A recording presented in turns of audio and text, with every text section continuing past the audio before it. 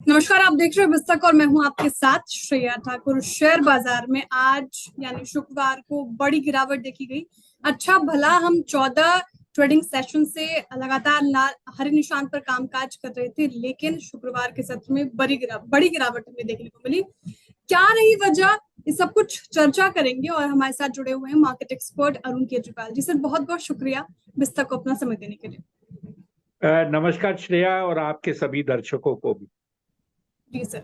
Sir सबसे पहला सवाल तो मेरा यही होगा कि अच्छा भला हम 14 सत्रों से हरे निशान पर कामकाज करते दिखे, हरे निशान पर बंद हुए, एकदम से बड़ी गिरावट आज के सत्र में हमें देखने को मिली। निफ्टी जहां 270 अंक तक लुढ़क गया, वहीं बैंक निफ्टी में 800 से ज्यादा अंकों की गिरावट देखने को मिली। क्या रही सर वजह शेयर बाजार में आखिर गिरावट आई? श्रेया, अगर आप देखें बाजार कल घटे, परसों घटे और जी। मंगलवार को भी जो कहते हैं ना, हम्म। घटते घटते बचे संकेत उन्होंने शुरू से देना शुरू हो गया था। बाजार में एक मंदी का दौर आने वाला है, ये सोमवार से देखा जा रहा है। लेकिन जिसे कहते हैं ना, जो माहौल बना हुआ है बाजार में, किसी को न तो मंदी शब्द की बात करनी है और मंदी आ सकती है हम्म। उसकी तो किसी को परवाह नहीं थी। तो ये एक, जिसे कहूं मैं, ओवर ड्यू इम्पैक्ट था और वो आज आया। हम्म। इसके कई सारे ऐसे पहलू हैं जो एक साथ सामने निकल कर आए, जिसके कारण आज एक बड़ी गिरावट देखने को मिली। लेकिन क्योंकि शुक्रवार है, अब शनिवार रविवार को लोग इसका एक, जो कहते हैं, डिस्कशन करेंगे, इसकी एक समीकरण करेंगे और ये तय करेंगे कि सोमवार को बाजार में क्या करना चाहिए। बिल्कुल सर, सोमवार को बाजार में क्या कुछ एक्शन देखने को मिलता है वो तो देखने वाली बात होगी। लेकिन सर बाजार को लेकर मैं बात करूं तो बाजार की वैल्यूएशन को लेकर काफी चर्चाएं होती रहती हैं, खासतौर पर स्मॉल कैप और मिड कैप की बात करूं तो क्या सर ये ज्यादा स्ट्रेच हो गया, भारतीय शेयर बाजार ज्यादा वैल्यूएशन के मामले में स्ट्रेच हो गया? अगर मैं आपको अलग अलग पहलू बताऊं तो वैल्यूएशन स्ट्रेच हो गए। हम्म। जून के जो तिमाही के नतीजे आए वो निराशाजनक रहे। 9 तिमाही में सबसे कमजोर नंबर आए थे। जहां आईपीओ का सवाल है, धड़ल्ले से आईपीओज आ रहे हैं, चाहे वो मेन बोर्ड हो, एसएमई हो। एसएमई की तो क्या बात करें। एक ऑटोमोबाइल डीलर जिसे 12 करोड़ चाहिए था, उसे 4,800 करोड़ मिलता है। बिल्कुल बिल्कुल। एक एक पैकेजिंग कंपनी छोटी सी, जिसे कुछ 8-10 करोड़ चाहिए था, उसे 1,000 करोड़ मिलता है। और अब एक कंपनी ऐसी आ रही है पब्लिक में, जो एक छोटा सा कामकाज करती है। अगर आपके कहीं पे शेयर अटक गए हैं, अगर उसमें कोई पेपर वर्क पूरा नहीं है, तो वो आपको उसका काम करा देती है और उसे हम्म। 10 करोड़ रुपए चाहिए। बाजार उसको कितने हजार करोड़ रुपए देगा, ये तो अगले हफ्ते में ही पता चलेगा। बट एसएमई के नाम से मेरे ख्याल से स और एस जो है, एस फॉर एसएमई, एस सोना, एक हम्म। उस तरह से बाजार में एसएमई को पैसा दे रही है।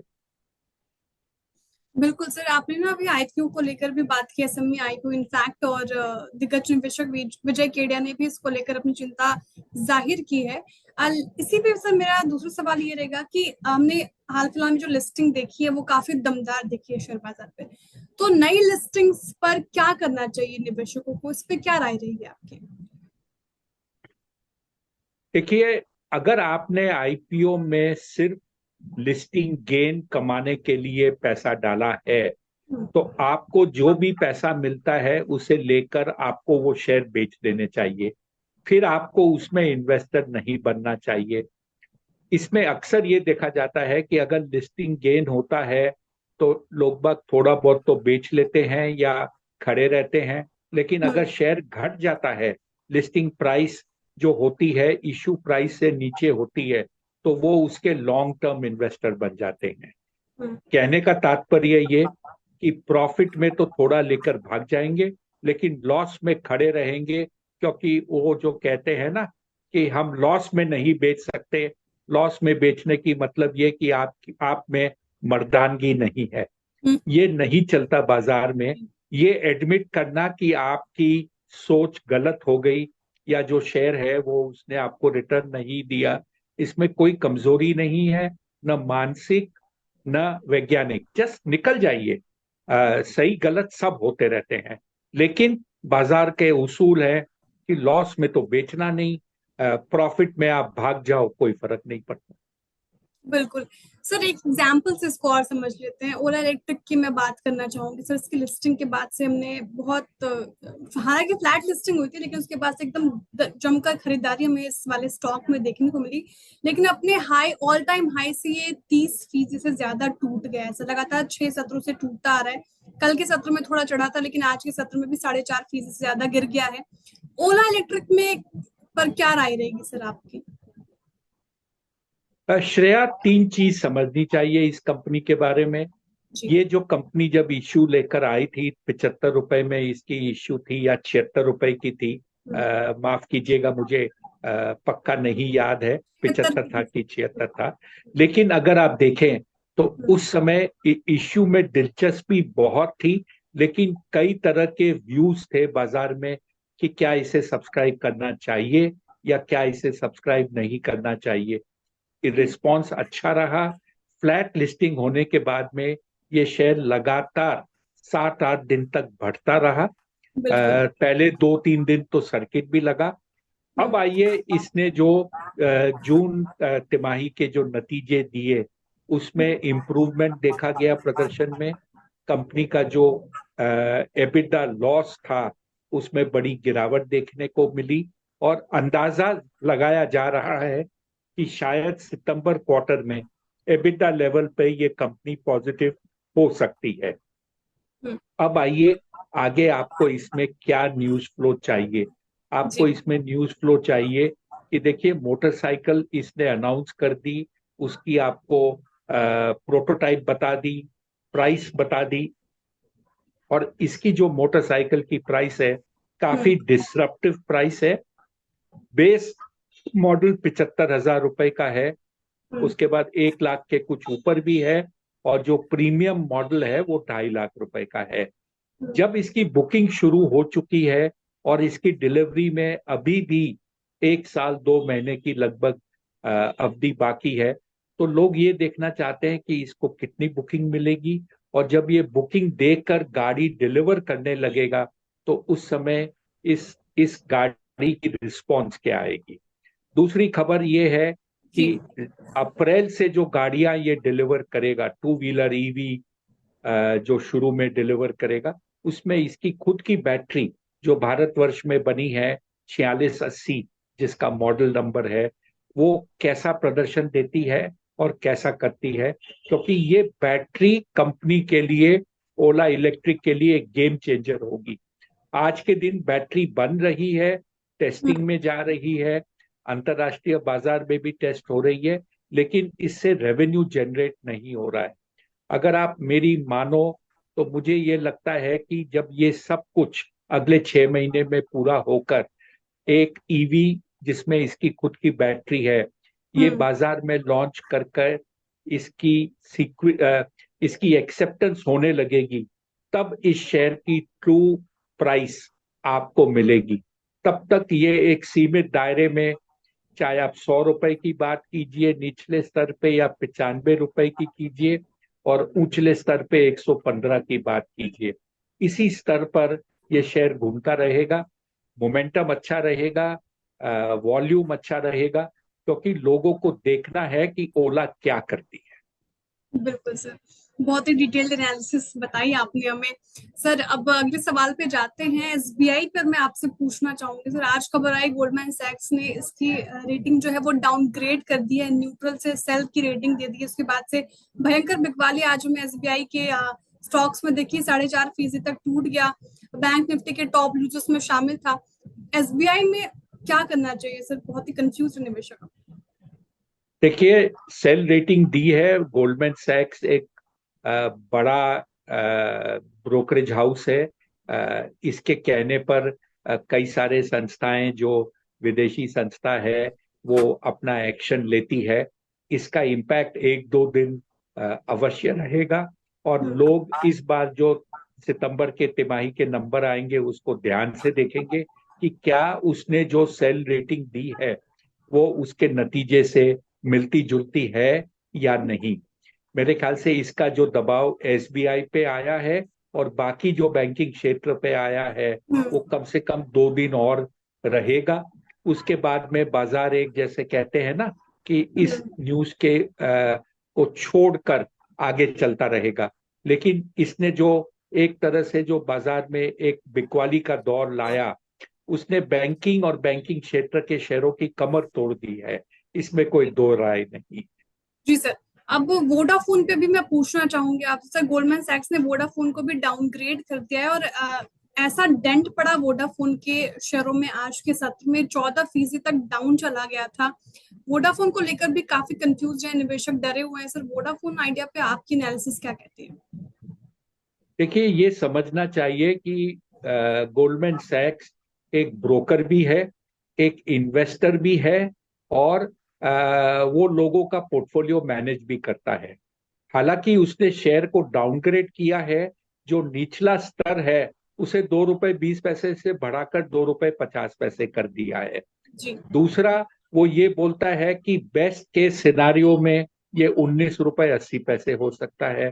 तीसरा, जब वोडाफोन आइडिया का एफपीओ आया था तो इसने कुछ 81 लाख शेयर उसमें सब्सक्राइब किए थे। हो सकता है उन्होंने, जब वो एंकर की जो छूट, जब वो पीरियड होती है 1.5 महीने की और 3 महीने की, वो खत्म होने के बाद उन्होंने वो शेयर बेचकर मुनाफा कमा लिया हो। लेकिन अगर आपको 11 रुपए में शेयर अच्छा लगता है आप ही के संस्था की निवेशक आर्म को, तो आपके ब्रोकरेज आर्म को ये भाव में शेयर खराब क्यों लगता है? तो कई तरह के अलग अलग प्रश्न उठते हैं। क्या ये एक मोटिवेटेड रिपोर्ट है? क्या ये शेयर को गिराने की एक साजिश है?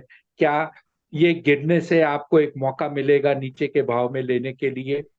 लेकिन अगर आप गोल्डमैन से बात करेंगे ये सब ऐसा ऐसा क्यों, तो वो आपको एक ही जवाब देंगे कि हम चाइनीज वॉल रखते हैं, हमारा ब्रोकरेज अलग है, हमारा इन्वेस्टमेंट आर्म अलग है, हम जो एडवाइस देते हैं लोगों को वो अलग है। कहने का तात्पर्य ये कि आप अगर शेयर बाजार में हैं और इस टाइप की न्यूज से बाजार में इम्पैक्ट आता है, आपको सतर्क रहने की दरकार है, चौकन्ना रहने की दरकार है। जी बिल्कुल, सतर्क रहने की सलाह सारे निवेशकों को दी गई है यहाँ पे। सर, एक और सवाल। अब मैं बाजार पे और ज्यादा फोकस करना चाहूंगी। हमें ना दुनिया भर के बाजार नर्वस दिख रहे हैं। एशियाई बाजार की बात करूं, नैस्डैक भी गिरा हुआ है। सर, क्यों नर्वस हो रहे हैं दुनिया भर के बाजार? देखिए, ये जो कॉम है शेयर बाजार की, हम्म। इनमें जिसे कहते हैं, अगर आपको छींक आती है तो सर्दी मुझे हो जाती है। अमेरिका अगर कमजोर होता है तो उसका इम्पैक्ट सुबह जापान को होता है, फिर हांगकांग को होता है, फिर सिंगापुर को होता है, फिर फिर कुआलालंपुर या मलेशिया, फिर इंडिया, फिर यूरोप के बाजारों में होता है। ये एक चेन इफेक्ट अक्सर देखा गया है, चलता है, और ये घूमते घूमते वापस जाकर अमेरिका पहुंच जाता है। तो ये कहना कि सबके सब एक साथ क्यों बढ़ते हैं, एक साथ क्यों घटते हैं, ये एक तरह का चेन रिएक्शन है। कुछ हद तक आप इसे अगर नेगेटिव वे में लें तो ये भेड़ चाल भी है। और ये सभी मार्केट एक दूसरे से इंटरट्वाइंड है, तो एक का इम्पैक्ट दूसरे पे पड़ता है, दूसरे का तीसरा, एंड ये चलता रहता है। अगर आप बात करें कि इसके अलावा और क्या है, तो देखिए, अमरीकी बाजार में भी एक बहुत शानदार रैली पिछले दिनों हुई थी, और काफी हद तक बाजार अपने नवीनतम स्तर तक पहुंच गया था। ये ध्यान में रखिए, अमेरिका में भी 1 नवंबर को उनका नया राष्ट्रपति चुना जाएगा। तो जी। कहने का मतलब ये कि लगभग 6 से 7 सप्ताह में वहां पर भी इलेक्शन होने हैं। ये इलेक्शन बड़े हैं, 4 साल में एक बार आते हैं। लेकिन जब भी ऐसे इलेक्शन होते हैं तो बाजार पे एक टेंशन, एक दबाव बन जाता है, और बाजार की जो मूवमेंट है उसमें एक, जो कहते हैं कि गति रुक जाती है, तो वो स्लो डाउन हो जाता है। बाजार में तेजी मंदी दोनों का दौर कम हो जाता है। तो आपकी इस तेजी के बाद एक गिरावट अब मेरा मानना यह है कि वहां के बाजार एक जो कहते हैं सीमित दायरे में घूमेंगे, और उसके कारण इम्पैक्ट विश्व भर के बाजारों में आएगा। अगर आप भारत की बात करें तो हम्म, अपने यहाँ पिछले साल से लगातार एक तेजी देखी जा रही है, जो आप कह सकते हैं करीब 10 महीने पुरानी है। कहीं ना कहीं इसे एक कंसोलिडेशन का फेज भी करना है। तो क्या ये उसकी शुरुआत है या महज एक करेक्शन है, ये समय बताएगा। बिल्कुल। तो देखने वाली बात होगी, लेकिन सर निवेशकों को ऐसे मूड माहौल में करना क्या चाहिए? क्या वो और गिरावट का इंतजार करें या फिर अभी खरीदारी कर सकते हैं वो बाजार में, भारतीय बाजार में? श्रेया, बहुत अच्छा सवाल पूछा है, और अक्सर ये सवाल आप सभी लोग पूछते हैं। जी। देखिए, बाजार में करेक्शन और तेजी एक ही सिक्के के दो पहलू हैं, और ये दोनों चीज अवश्य होगी। अगर आपको बाजार में पैसा कमाना है, निवेशित रहना है, और यहाँ पर लंबे अवधि के लिए अगर आप बाजार में टिक कर काम करना चाहते हैं, तो आपको समय समय पर प्रॉफिट बुक करना अवश्य आपके लिए हो जाता है। अगर आप प्रॉफिट बुक नहीं करेंगे और जब बाजार में गिरावट आएगी तब चिंता करेंगे अब मैं बेचूं कि एवरेज करूं, तो आप हम्म, कभी भी पैसा लंबे तौर पर नहीं बना पाओगे। आपने कुछ खरीदा, उसमें आपको पैसा बना, आप उस पैसे से संतुष्ट हो, उसे बेचिए।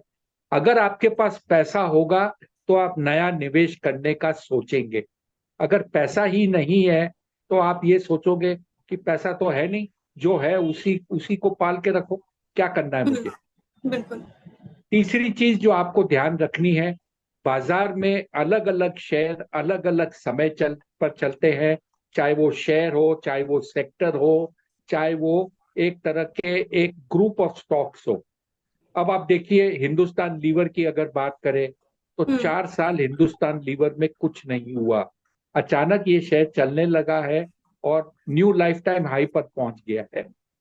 आपको ऐसे मौके कई बार कई अलग अलग शेयर में मिलेगा, उसका मौका लीजिए। लेकिन साथ साथ जब प्रॉफिट मिलता है कुछ ना कुछ बेचिए। बिना पैसे के आप बाजार में कुछ नहीं कर सकते।